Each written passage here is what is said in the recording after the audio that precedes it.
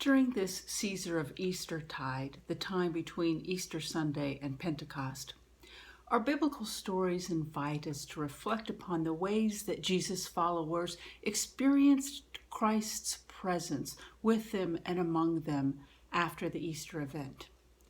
As Christians, we claim to be an Easter people, children of the resurrection.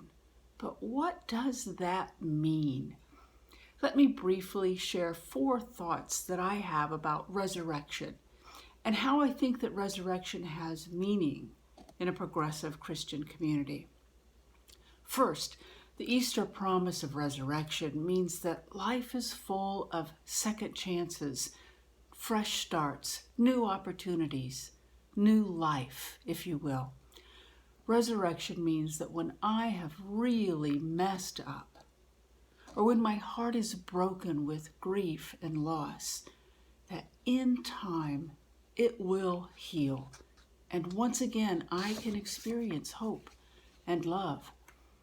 Resurrection means that when there is injustice, hatred, intolerance, the seeds of justice and compassion can be sown, and that one day there will be and can be a harvest of justice and goodwill. I think that there are many kinds of resurrection that people experience every day. Anyone who has lived under the dark, oppressive cloud of depression and has emerged from it knows what resurrection is. Those who struggle with addiction and through courage and hard work are able to live clean and sober know what resurrection is. Anyone who has been estranged from a loved one and has experienced the healing of a relationship has experienced resurrection. I think that as we emerge from the COVID-19 sheltering in place and isolation from one another, and as we think about how we want our lives to be moving forward, that will also be a kind of resurrection. Now, my second thought about resurrection is that it's not passive. It doesn't always just happen. It requires some work and some risk on our part. For me to be forgiven and reconciled with the one that I've hurt, I've got to humbly and truly apologize and to work to make amends. Where there is injustice, we've got to work and advocate and even agitate until there are systemic changes that create fairness and opportunity. Where there's fear and misunderstanding, we must risk being hurt and give up our need to be right for the sake of meaningful human contact and living with compassion and bringing out the best, not the worst, in each other. My third observation about resurrection is that it takes time. In the gospel narratives, the resurrection takes place on the 3rd day. Now, I'm sure that the story developed that way because of the role of the Sabbath in the Jewish communities where Jesus' story was first told. But for me, there's a lovely metaphor about time spent in the dark, cool quiet of that resting place. And I think that can refer to the need for fallow time and Sabbath rest. When a part of us has died, when we are exhausted or alienated or brokenhearted, there has to be time for healing and rest before we are truly whole again. Where there has been hurt or betrayal in relationships, it takes time for trust to be rebuilt and honor to be regained. These things cannot be rushed. Grief and healing take as long as they take. But the hope and the power of resurrection is that new life is possible and that things can be better.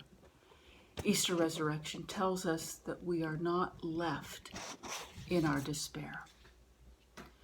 My fourth thought about resurrection is that it often happens best in community. And for this, I turn to our text for today, which is often called the Road to Emmaus. You can read the whole story in the 24th chapter of Luke. Maybe that's your homework for the week, but for now, let me just tell it to you. It was Sunday, the first day of the week, just days after Jesus had been crucified. Two of his followers, Cleopas and another, were walking to Emmaus, about a 7-mile journey from Jerusalem. They were discussing everything that had happened in the city over that last week. And suddenly they were joined by a third traveler who asked them what they were talking about and why they looked so sad. Cleopas said, "Where have you been that you don't know what's happened?" Cleopas told their new companion all about the last week. Jesus' big entry through the eastern gate into Jerusalem last Sunday on a colt, then his demonstration at the temple. He talked about how Jesus had taught at the temple every day that week, and how the crowds kept getting bigger and bigger, and how the temple authorities were trying to shut him up so that things didn't get out of hand in the crowded city during that Passover week with such a large Roman presence. Cleopas talked about how Jesus had been arrested by the temple guard last Thursday night, and how he had been handed over to the Roman authorities. No one could believe it. It had all happened so fast. And then the Romans had killed him. They crucified him, something that they typically did to runaway slaves or those guilty of sedition and treason, not rabbis. But just before they left the city that morning, they'd heard that his tomb had been found empty. And that's what they were talking about. All of that, trying to understand what had happened. Then their new companion began talking, retelling stories of the law and the prophets, and it started to make sense. They got to the house where they were staying, and Cleopas and his friend wanted to hear more, so they invited their new companion for dinner. And during the meal, their companion took the bread and blessed it and broke it, and their eyes were opened, and they recognized Jesus in their midst.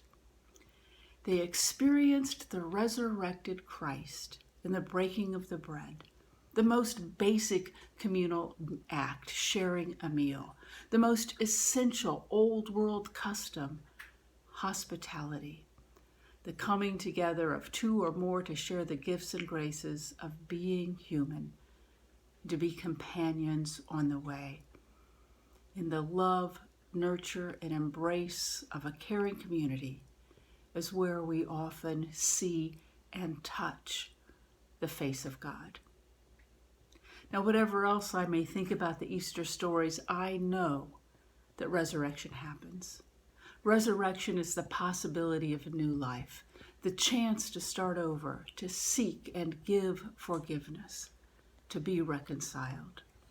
Resurrection is in the work we do to mend the world, and its seed is in the cool and quiet of rest. Now, it doesn't even matter if our connections with each other are face-to-face, or in a written letter, or on a shared video screen. Resurrection happens every time the power of love wins out over the power of hate, and the power of hope is victorious over the forces of despair. We are a resurrection people, alive to the possibilities of God's love and grace, making all things new, today and every day. Blessings to you on this day. Amen.